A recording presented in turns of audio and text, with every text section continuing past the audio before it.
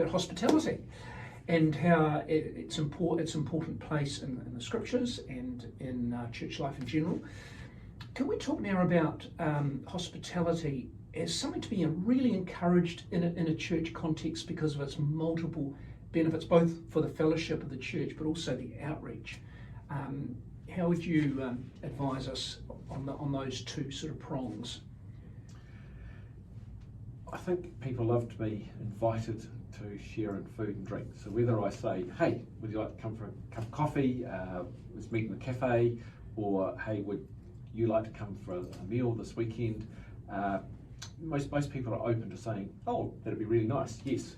So hospitality in that way, with food and drink at the heart of that hospitality, is a way of really getting in the same room with someone, and whether it's to develop and deepen fellowship, to develop and deepen friendship, or to have opportunity to share our faith.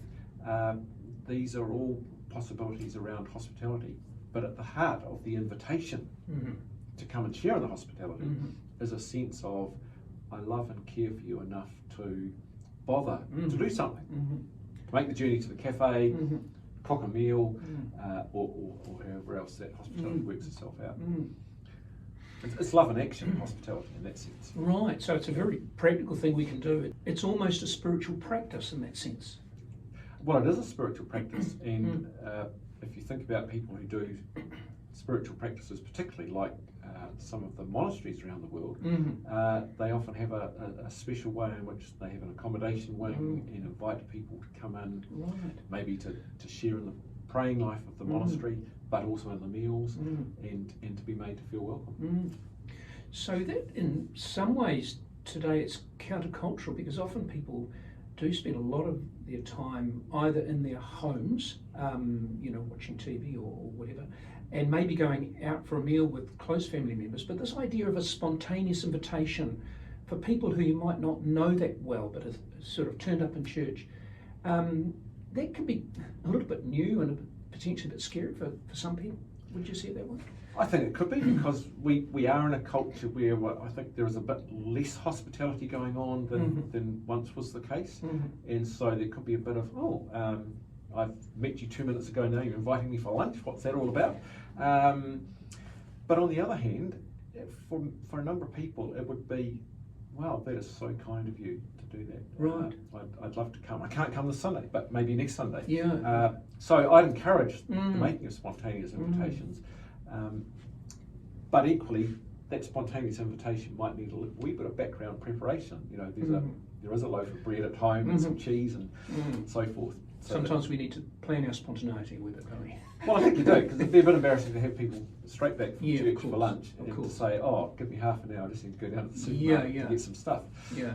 So some of this is a wee bit outside of our comfort zone. I think so, and again, increasingly, as a lot of us have a lifestyle where we maybe need to get takeaway meals in because we're so busy, or we dash out to a cafe to get a bite of an evening meal or lunch between things we're doing. It is out of our comfort zone to say, if I invite those two families round for Saturday night meal, I'll need to go to the supermarket, spend at least half an hour finding all the ingredients I need. I'm going to need to crank up the barbecue, make salads. There's a good amount of work involved in a really decent meal. It's absolutely worth the effort. But yeah, that takes organisation, planning, and can shift us out of our comfort zone. And yet it's a sort of gospel imperative, as we mentioned earlier, that reaching out to others in this way.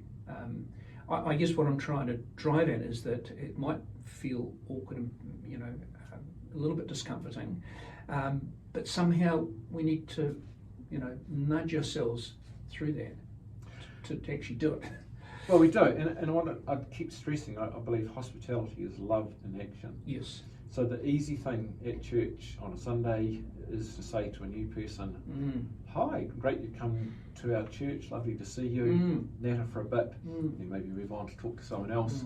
And the person may feel slightly welcomed, but not really tangibly welcomed, and also not given an opportunity to just sit down. You only get to know people when you sit with them for hours rather Yes. than minutes or seconds. Yes, absolutely. So, Bishop Peter, we've been talking about hospitality. I must tell you a really lovely story that happened to me just 2 Sundays ago, where I was involved in a mission impact review in a parish. And after the presentation, a woman and 2 others, a couple, invited me to lunch. Right. And because I had to go somewhere and had to be somewhere at about 2 or 2:30, I actually had the time to do that. And I said, "Oh, that's so lovely and gracious. I'd love to pick up on that lovely invitation." And it really felt great. Good. So it's important for us in our conversations about hospitality to sort of put ourselves in the other person's shoes, I think, and to say, this is, as you said earlier, this is love in action. And that's, it feels great, it feels loving. And that really is a motivation, or helps us in our motivation to offer hospitality, I think. I think the other thing about hospitality is some of us, if we were asked by a minister to do a certain kind of thing in the life of the church, reaching out to people, might say to ourselves, I'm pretty tongue-tied, I get very embarrassed about having to talk and do all this kind of communication stuff. Yeah. And hospitality is often just very practical. Cutting that lettuce up to make a salad, putting some stuff together and making some sort of pie or quiche or whatever. Yeah. And a lot of us can do that. Yeah. And if we can't do that, we may be inside a family where someone does that, but actually we can set the table and go out and buy some drinks. And it's very doable because it's very practical to offer hospitality through food and drink. Yeah, it is. And as these 3 parishioners, they took me out to lunch at a local cafe, which wasn't overly expensive, and yet it took away all the fussing around and all the bother, and so we could just be together and experience that lovely setting. So one kind of hint might be consider using a local cafe to offer hospitality to others. Absolutely. You don't have to be a great cook, and if you've run out of time to do the practical preparation, we live in an amazing country these days where even the smallest towns in New Zealand have great cafes. Absolutely. And all of that. So And cabinet food can be fantastic too. You don't have to order off a menu. If you're in a hurry, cabinet food is great. Yeah. But I would continue to reflect on my experience with these 3. I felt great. It was simple. We were able to talk about really meaningful things. So I think hospitality is so important in deepening our relationships, expressing our love and appreciation to one another. And we could do that on Sunday if we wanted to. If we saw someone, for example, that we didn't know particularly well in our church family, or indeed a newcomer for sure. It's a practical thing we can do right away to express the love of God to someone else. We can, and of course, sometimes we ought to be quite organised about this hospitality, and I know you'll be familiar as a former vicar of the idea of, say, a dinner for 8 process, whereby you match up, say, 3 couples with another couple to go and have dinner at their place.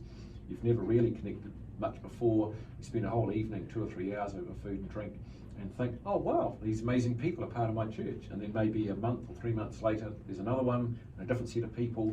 And that can maybe also shift the hospitality up a gear from a bit random, I see a new person over there, I wonder if anyone's going to invite them to lunch, to something a bit more intentional and specific. Well, thanks for your comments on hospitality. Brilliant.